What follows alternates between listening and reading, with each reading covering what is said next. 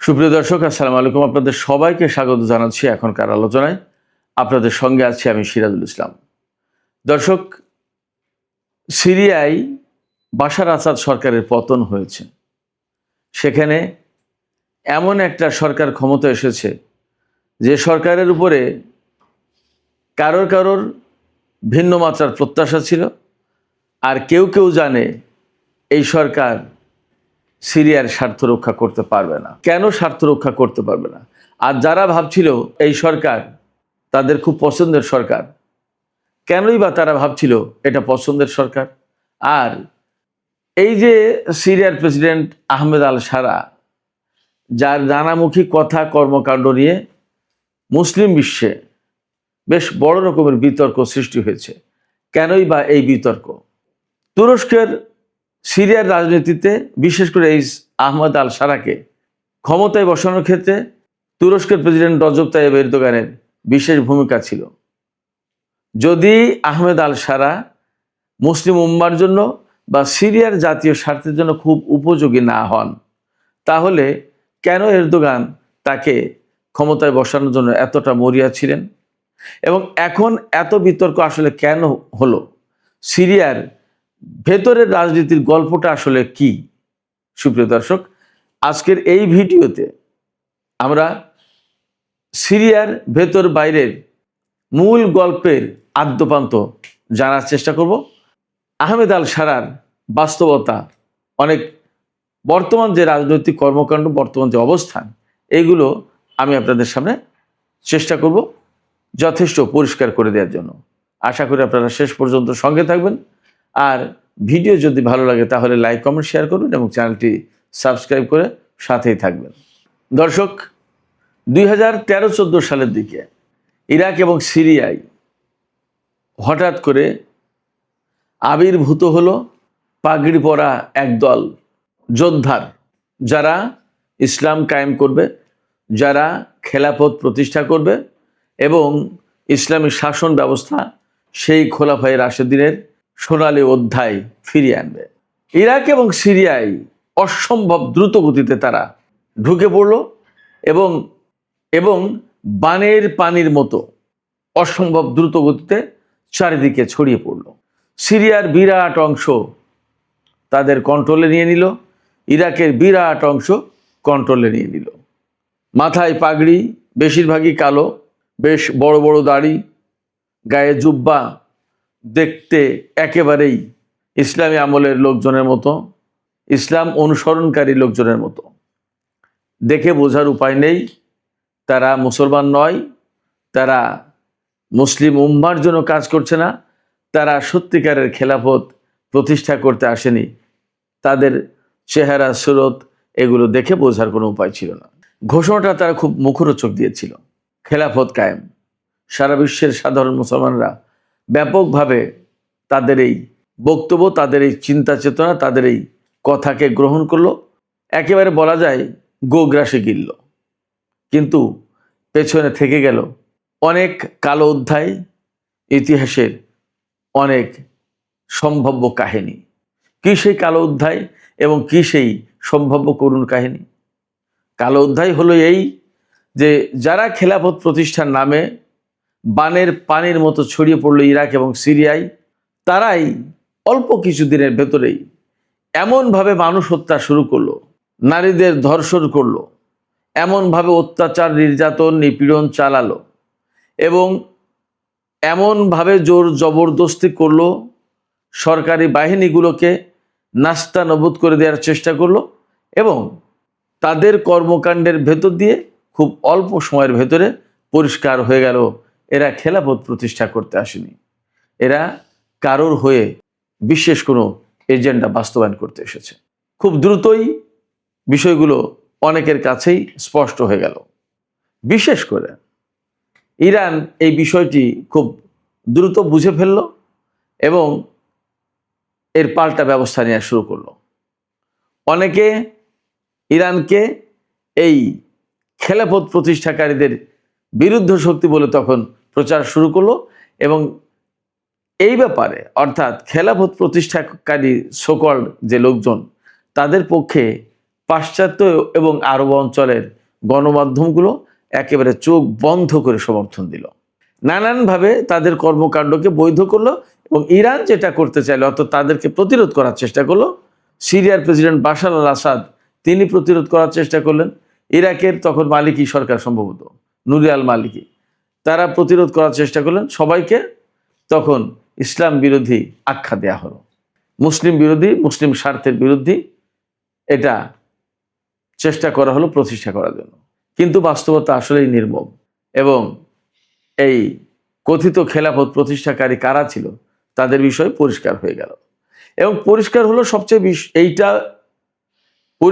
সবচেয়ে এই বিষয়টি যে এরা প্রকৃতপক্ষে মুসলমানদের স্বার্থে তো নয়ই, বরং মুসলমান এবং ইসলামদের ধ্বংস করার জন্য এসছেন।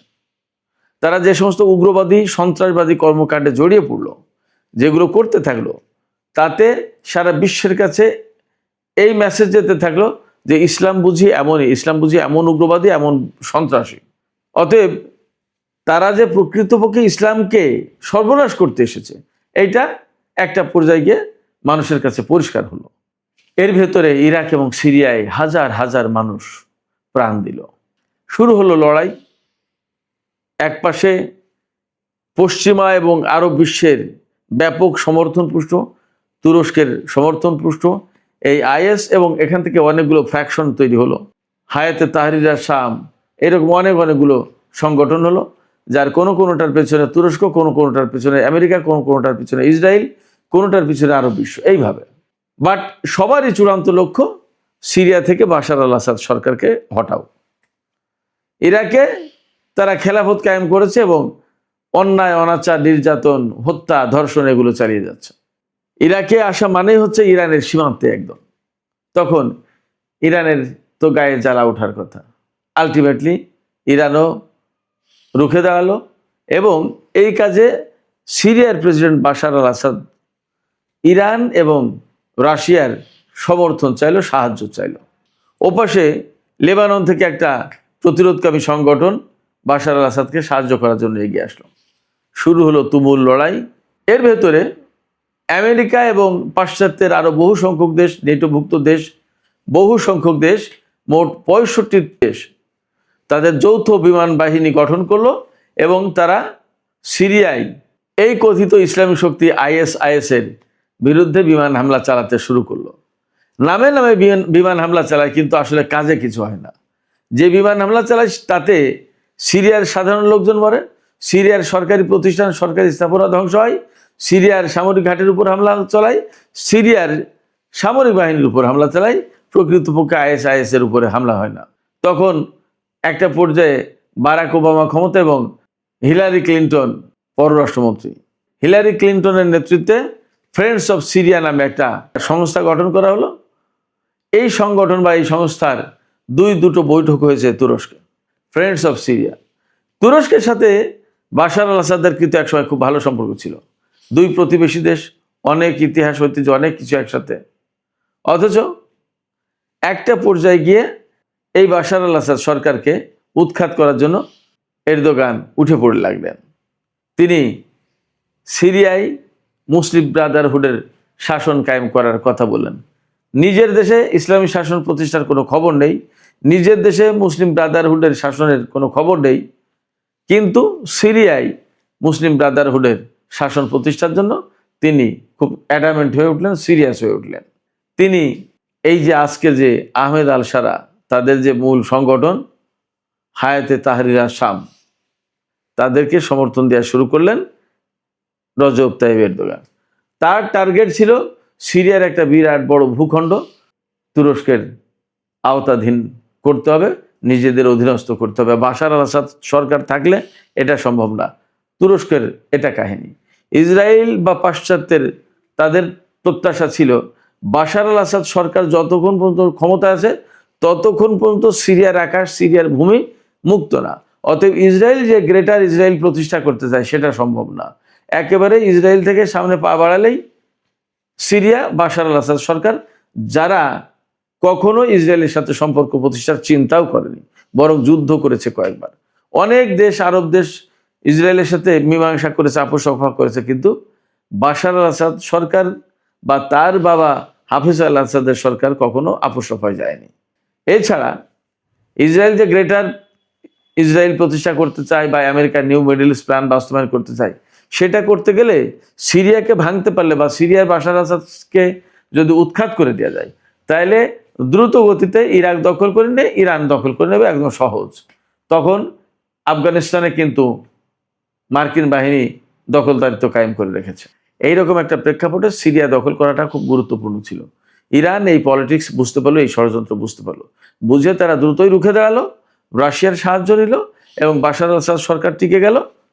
এপাশে ইরান একটা অবস্থায় থাকলো, রাশিয়াও অবস্থায় থাকলো, সারা বিশ্বে রাশিয়ার নতুন করে একটা প্রভাব প্রতিপত্তি তৈরি হলো।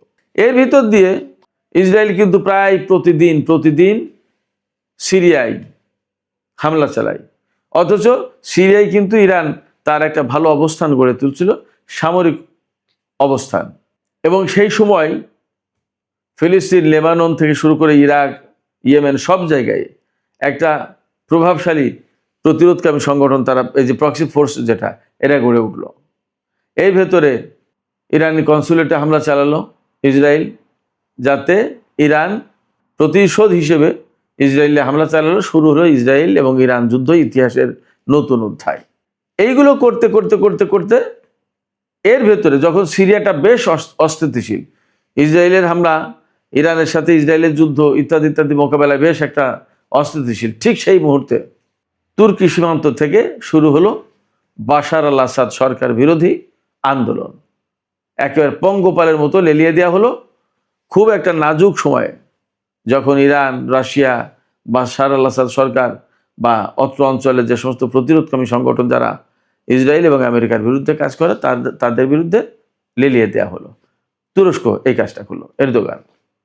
এবং তখন এমন পরিস্থিতি যে তাদের বিরুদ্ধে যদি সিরিয়ার আসাদ সরকার সামরিক বাহিনী নিয়ে যুদ্ধ শুরু করে, তাহলে সিরিয়ায় রক্ত গঙ্গা বয়ে যায়, অর্থাৎ সিরিয়ায় প্রচণ্ড রকমের হানাহানি, মারামারি শুরু হয়। এটা বাদ দেওয়ার জন্য, এটা এড়ানোর জন্য বাশার আল আসাদ সরকার অনীহা প্রকাশ করলো এবং বললো যে এটা আমরা করতে চাই না।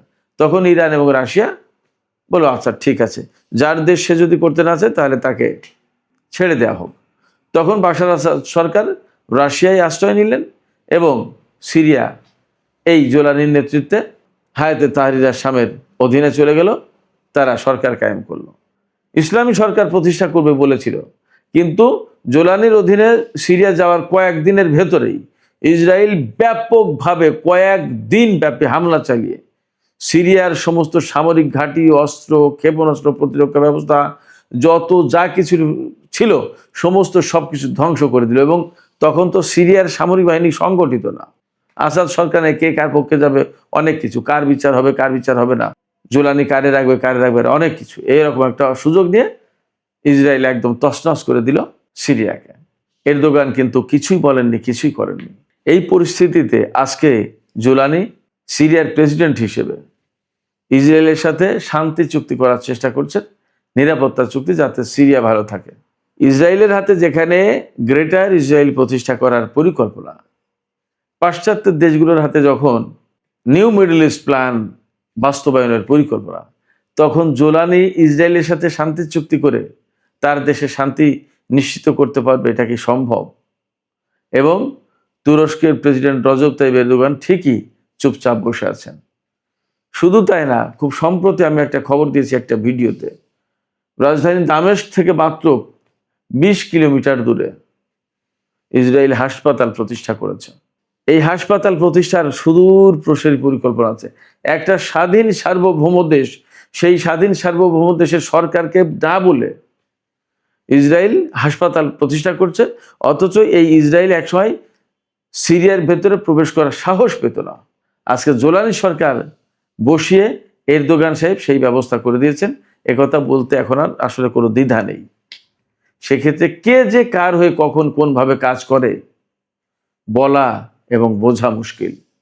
সুপ্রিয় দর্শক, আজকে মধ্যপ্রাচ্যের যে পরিস্থিতি, সেই পরিস্থিতিতে কোনো মতেই না সিরিয়ার জন্য, না মধ্যপ্রাচ্যের মুসলিম জনগোষ্ঠীর জন্য, না মুসলিম উম্মার জন্য এই আহমেদ আল সারা ওরফে জোলানি কোনো ভূমিকা রাখতে পারবে।